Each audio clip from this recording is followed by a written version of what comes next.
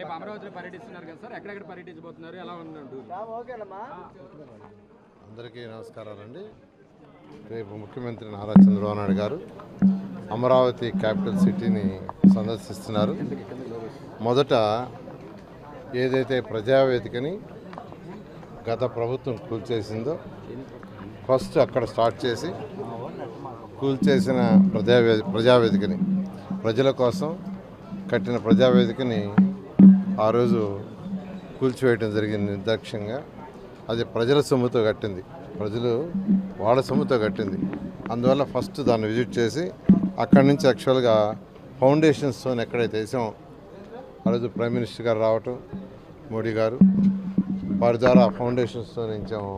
First ఆ ప్రాంతాన్ని visit చేసి అక్కడి నుంచి ఎమ్మెల్యేలు, ఎంపీలు, ఎమ్మెల్సీలు, తర్వాత వచ్చి మినిస్టర్లు, తర్వాత వచ్చి జడ్జెస్ ఆ క్వార్టర్స్ విజిట్ చేయటం.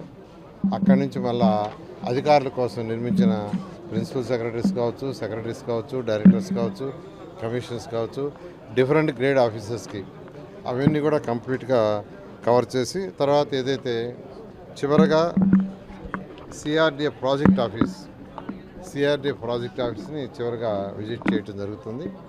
దాని మీద సిఆర్డీ ఆఫీస్ దగ్గర ప్రెస్ మీట్ ఉంటుంది, సిఆర్డీ ఆఫీస్ దగ్గర. ఆ విధంగా యాక్చువల్గా ఈ యొక్క ప్రోగ్రాం రేపు డిజైన్ చేయడం జరిగింది. సరే, పనులు ఎప్పుడు ప్రారంభమవుతున్నాయి, ఎక్కడి నుంచి ప్రారంభం చేయబోతున్నారు? పనులంటే యాక్చువల్గా ఇప్పుడు ఏదైతే అంతకుముందు 2014-19 దాకా అనేక వర్క్స్ చేసాము. అయితే అవన్నీ కొన్ని డ్యామేజ్ చేశారు వీళ్ళు, రకరకాల రోడ్లు అయితే తవ్వేస్తున్నాయి. వీటిలన్నింటినీ ఫస్ట్ కమిటీలు వేసి ఫస్ట్ వాటి యొక్క డ్యామేజ్ని అవన్నీ ఎస్టిమేట్ చేయాలా. తర్వాత టెండర్స్ కూడా అన్నిటికీ పిలవాలి, ఎందుకంటే టైం అయిపోయింది. టెండర్స్ పెట్టిన కాల పరిమితి దాదాపు అయిపోయింది. అందువల్ల అన్నిటికీ కూడా టెండర్స్ పిలవాలి. టెండర్స్ పిలవాలంటే మళ్ళీ రీఎస్టిమేషన్ చేయాలి. వీటన్నిటికీ కూడా సుమారుగా ఒక 3 months పడుతుంది. సుమారుగా ఒక 3 months, 3 to 4 months పడుతుంది.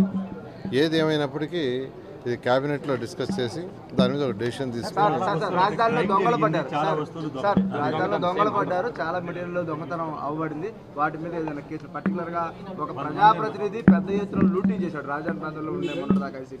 అందుకేనండి ఒక కమిటీని వేస్తాము. కమిటీని వేసి యాక్చువల్గా ఏం జరిగింది అన్నీ కూడా స్టడీ చేసి యాక్చువల్గా ఎస్టిమేషన్స్ తీసుకొని మీరు అన్నట్టుగా ఎవరైనా థెఫ్ట్ చేస్తుంటే వాళ్ళ మీద కూడా యాక్చువల్గా ఖచ్చితంగా యాక్షన్ తీసుకోవడం జరుగుతుంది. ఎందుకంటే ప్రజాస్వామ్యం థెఫ్ట్ చేసినప్పుడు ఖచ్చితంగా యాక్షన్ తీసుకోవాలి, వాళ్ళ మీద కూడా యాక్షన్ తీసుకోవడం జరుగుతుంది. సరే, రాజధానిలో ఈ పేదల ఇళ్ల కోసం అని చెప్పి కొన్ని చోట్ల స్థలాలు కేటాయించారు. అంటే మాస్టర్ ప్లాన్లో మరి ఇప్పుడు అక్కడ వేరే దగ్గర వచ్చినాయి, మీరు గతంలో ఇచ్చినటువంటి మాస్టర్ ప్లాన్ ఇప్పుడేమో ఇల్లు కేటాయించారు. అటువంటి చోట్ల ఎలా ముందుకెళ్ళబోతుంది? అది ఆల్రెడీ సుప్రీంకోర్టులో ఉందండి. దాని మీద లీగల్ ఒపీనియన్ తీసుకొని ముఖ్యమంత్రి గారితో డిస్కస్ చేసి డెసిషన్ తీసుకొని ముందు పోవడం. Right sir, thank you.